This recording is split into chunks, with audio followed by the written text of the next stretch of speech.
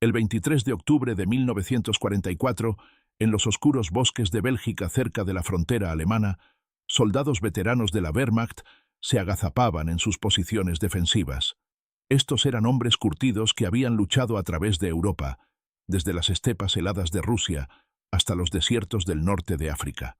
Habían enfrentado la regularidad británica, la brutalidad soviética, y ahora esperaban a otra unidad estadounidense para poner a prueba su temple, pero algo se sentía diferente esta vez. Los informes de inteligencia hablaban de una nueva división estadounidense, la 104A División de Infantería, los Timberwolves, tropas frescas nunca probadas en combate. Los oficiales alemanes sonreían, soldados verdes, probablemente muchachos de granja y trabajadores de fábrica que nunca habían visto la guerra real. Esto sería fácil. Lo que no sabían era que estos Timberwolves estaban comandados por un hombre al que pronto aprenderían a temer, un general tan agresivo, tan poco convencional, tan implacable que su propio alto mando ya lo había despedido una vez. Su nombre era Terry de la Mesa Allen. Los estadounidenses lo llamaban Terry el Terrible, y estaba a punto de enseñar a los alemanes una lección que nunca olvidarían. Terry Allen nació el 1 de abril de 1888 en Fort Douglas, en el territorio de Utah. Provenía de una familia militar que se remontaba a generaciones. Su abuelo materno, el capitán Carlos Álvarez de la Mesa, había luchado por la Unión en Gettysburg. Fue herido en la intensa lucha del 2 de julio de 1863, sobrevivió y continuó sirviendo hasta que terminó la guerra. Esta herencia de servicio corría por las venas de Terry Allen. El servicio militar no era solo una carrera en la familia Allen.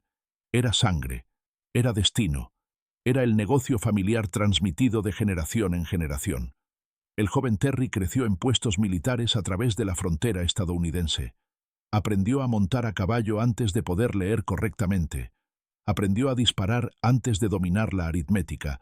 Era un niño del viejo ejército de caballería. En 1907, Terry recibió un nombramiento para la Academia Militar de los Estados Unidos en West Point y fracasó espectacularmente. Odiaba las matemáticas interminables, la disciplina rígida, sentarse en aulas cuando quería estar haciendo algo. En 1911 fue despedido después de fallar en artillería y tiro. La mayoría de los hombres se habrían rendido, pero Allen era terco.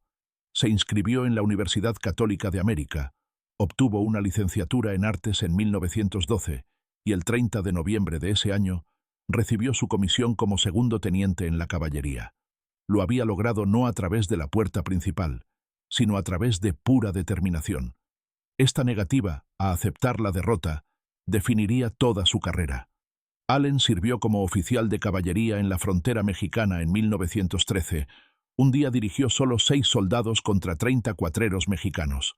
La doctrina militar decía esperar refuerzos. Allen atacó, capturó o mató a los 30 cuatreros. Esta era la acción de un hombre que vio lo que había que hacer y lo hizo. Luego vino la Primera Guerra Mundial. Eventualmente fue asignado para comandar el tercer batallón del 354 Regimiento de Infantería, 90A División.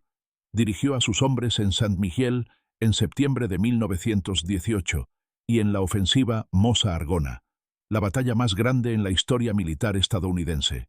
Fue aquí en el frente occidental que Allen desarrolló su innovación táctica característica, los ataques nocturnos. La mayoría de los comandantes evitaban las operaciones nocturnas, demasiado confusas, demasiado riesgo de fuego amigo. La doctrina estándar era defender de noche y atacar de día. Allen vio algo diferente. Notó que los ataques nocturnos, cuando se ejecutaban correctamente, resultaban en menos bajas. Los ataques diurnos contra posiciones preparadas producían tasas de bajas horribles. Las ametralladoras podían ver sus objetivos claramente, pero por la noche, todas esas ventajas desaparecían. El elemento sorpresa salvaba vidas. Los defensores no podían ver lo que venía. No podían coordinar respuestas efectivas. Y lo más importante, estaban aterrorizados, disparando a sombras, desperdiciando municiones y rompiéndose bajo la presión psicológica de un enemigo invisible. El 24 de octubre de 1918, Allen recibió un disparo en la cara durante un ataque. Fue etiquetado para evacuación médica, pero persuadió a los médicos para que lo devolvieran al servicio. Se quedó con sus hombres, siguió luchando. Esto era liderazgo. Sus soldados vieron a su comandante con sangre corriendo por su rostro negándose a dejarlos. Por sus acciones, recibió la Estrella de Plata y 2 corazones púrpuras. La guerra terminó. Allen regresó con reputación como líder de combate valiente, pero ahora venían 20 años de ejército en tiempo de paz. Años brutales donde el ejército se redujo de más de 4 millones de hombres a apenas 130.000. El 1 de octubre de 1940 todo cambió. El general George C. Marshall estaba reconstruyendo el ejército cuando se acercaba la guerra. Marshall promovió a Allen directamente de teniente coronel a general de brigada, saltándose el rango de coronel por completo. En mayo de 1942, Allen recibió el comando que definiría su carrera. La primera división de infantería, el Gran Uno Rojo, la división más antigua y orgullosa del ejército estadounidense. El 8 de noviembre de 1942 desembarcaron en Orán, Argelia, como parte de la Operación Antorcha, la invasión aliada del norte de África. La prueba real llegó en Túnez. En febrero de 1943 las fuerzas alemanas lanzaron una contraofensiva masiva en el paso de Kasserine. Las unidades estadounidenses se rompieron y huyeron. Fue un desastre. El 21 de febrero Allen dirigió un fuerte contraataque. Dirigió personalmente el fuego de artillería.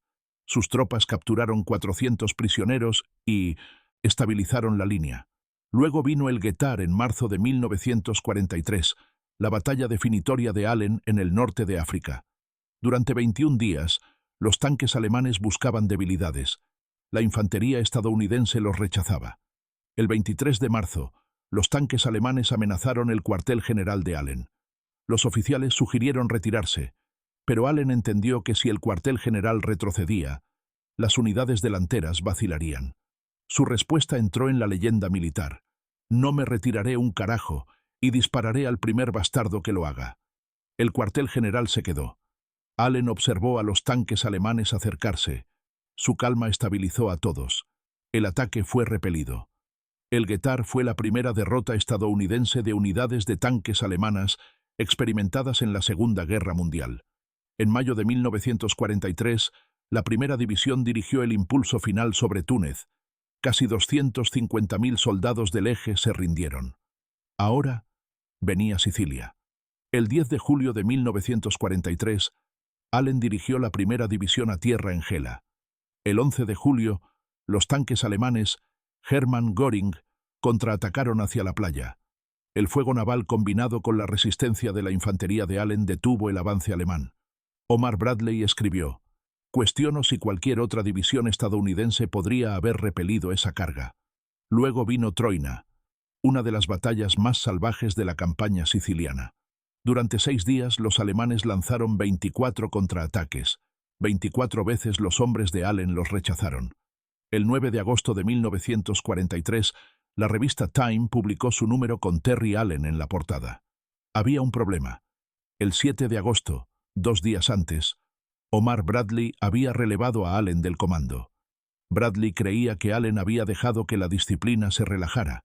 La verdad es que Terry Allen se preocupaba más por ganar batallas que por mantener los estándares del campo de desfile. La mayoría de los oficiales se habrían retirado con amargura. Allen pidió otra oportunidad. El 15 de octubre de 1943 tomó el mando de la 104ª División de Infantería en Camp Adair, Oregón. Estas eran tropas verdes, trabajadores de fábrica y muchachos de granja. Allen se propuso crear la división más entrenada en el ejército y lo haría enseñándoles a dominar algo que la mayoría evitaba: luchar de noche. Mientras el entrenamiento estándar requería 10 a 12 horas por semana, Allen condujo a sus hombres a través de 30 a 35 horas por semana, 3 veces el requisito normal. Se enfocó obsesivamente en operaciones nocturnas, les enseñó a moverse silenciosamente en la oscuridad, a comunicarse sin hablar usando señales de mano, a confiar completamente en sus compañeros porque de noche no podías ver quién estaba a tu lado. Para cuando la 104A embarcó hacia Europa en el verano de 1944, eran la primera y única división estadounidense entrenada específicamente para el combate nocturno. El 23 de octubre de 1944 los Timberwolves entraron en combate cerca de la frontera alemana en Bélgica. Los veteranos alemanes esperaban presas fáciles. Lo que obtuvieron fue una pesadilla. Esa primera noche, Allen lanzó su división a la acción en la oscuridad. Las compañías se movieron silenciosamente navegando por brújula y memoria del terreno. Golpearon posiciones alemanas desde direcciones inesperadas. Los centinelas fueron eliminados silenciosamente. Las posiciones fueron invadidas antes de que los defensores entendieran qué sucedía. Los nidos de ametralladoras dispararon ciegamente desperdiciando municiones en sombras. La infantería estadounidense se materializó de la oscuridad. Golpeó fuerte y se desvaneció. Al amanecer los alemanes estaban sacudidos. Pelotones enteros habían sido invadidos. Estas no eran tropas verdes. Estos eran asesinos entrenados que luchaban como demonios en la oscuridad. Durante los siguientes meses el patrón se repitió. La 104 cruzó el río Mark el 2 de noviembre en una operación nocturna sorpresa. Lucharon en Aquisgrán a partir del 16 de noviembre, atacando posiciones fortificadas. Cuando los alemanes lanzaron la masiva ofensiva de las Ardenas en diciembre, la división de Allen mantuvo posiciones defensivas y evitó que el avance alemán se ampliara. La reputación de los Timberwolves se extendió entre las unidades alemanas. Los soldados de la Wehrmacht escucharon advertencias sobre la división que atacaba de noche.